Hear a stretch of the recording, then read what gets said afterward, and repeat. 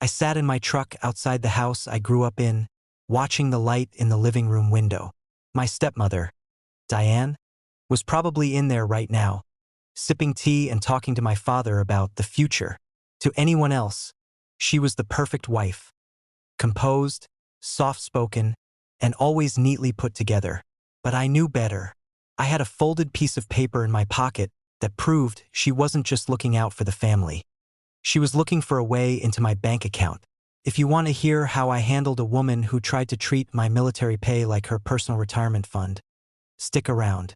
Before we get into the details of how she almost pulled it off, hit that subscribe button and let me know in the comments if you've ever had a family member try to manage your life a little too closely.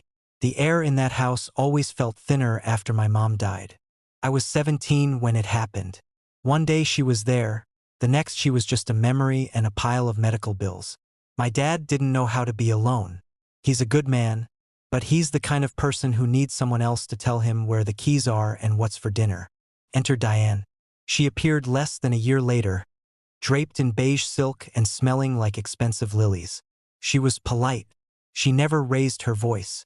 She stepped into our lives not like a wrecking ball, but like a fog, slowly covering everything until you couldn't see the original landscape anymore. When I joined the military right after high school, I thought I was escaping the stifling atmosphere of their new life together. I wanted the discipline, the distance, and the chance to build something that belonged only to me. Every time I came home on leave, Diane would greet me with a hug that felt more like a measurement. She'd ask about my deployments, but the questions always veered toward the financial side. She'd talk about the risks of my job and how important it was to have family oversight on my assets in case something happened to me. It sounded like care. It sounded like a mother's worry. But I've been trained to spot a threat long before it pulls the trigger. I started noticing the way she looked at my dad when I mentioned my savings. It wasn't love. It was a calculation. My dad would just sit there, nodding, his eyes fixed on the television, letting her words hang in the air like an unspoken rule. He never defended me, but he never joined her either. His silence was his way of giving her permission to keep digging. I realized then that the house I grew up in wasn't a home anymore. It was a boardroom where I was the only one not invited to the meeting. The first real red flag didn't come from a conversation. It came from a notification on my phone while I was stationed 3 states away. It was a security alert from my credit union. Someone had tried to log into my online banking portal from a recognized device in my hometown. I knew my dad didn't even know how to reset his own email password, so it wasn't him. I called the bank, changed everything, and kept my mouth shut. I wanted to see how far she would go. A few months later, I received a package from Diane. It was a care package filled with snacks and a very thick envelope of helpful paperwork. Inside were forms for a joint power of attorney. She had already filled out her name and my father's name, leaving only the signature line blank for me.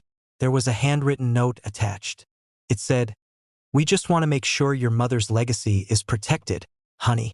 It's better if we handle the paperwork while you're focused on your service." My mother didn't leave a legacy of money. She left a legacy of hard work and honesty. Diane was using my dead mother's name as a crowbar to pry open my life. I didn't get angry. In my line of work, anger gets people hurt. I got quiet. I started documenting every call, every concerned text, and every time my father went silent when I tried to bring up my independence. I realized that Diane wasn't just some gold digger. She was a strategist.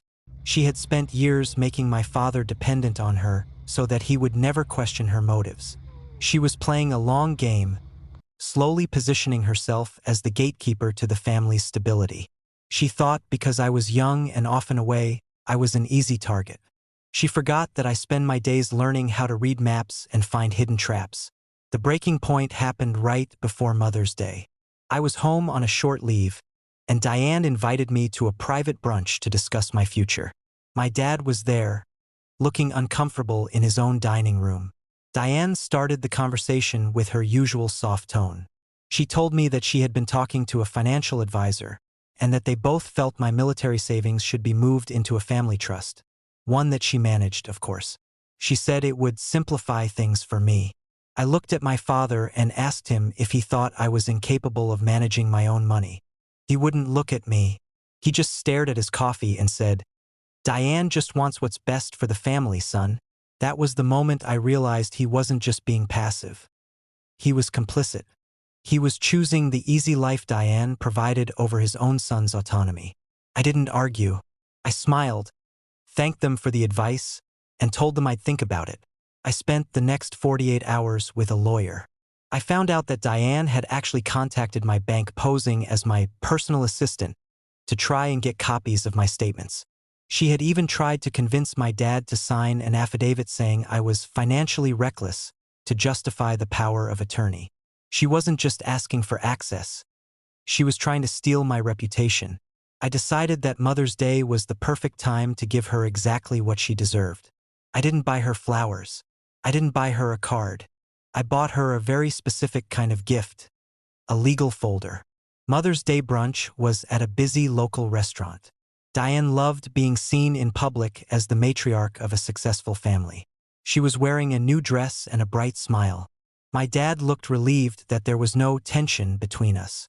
When it came time for gifts, I handed her a beautifully wrapped box. It was heavy.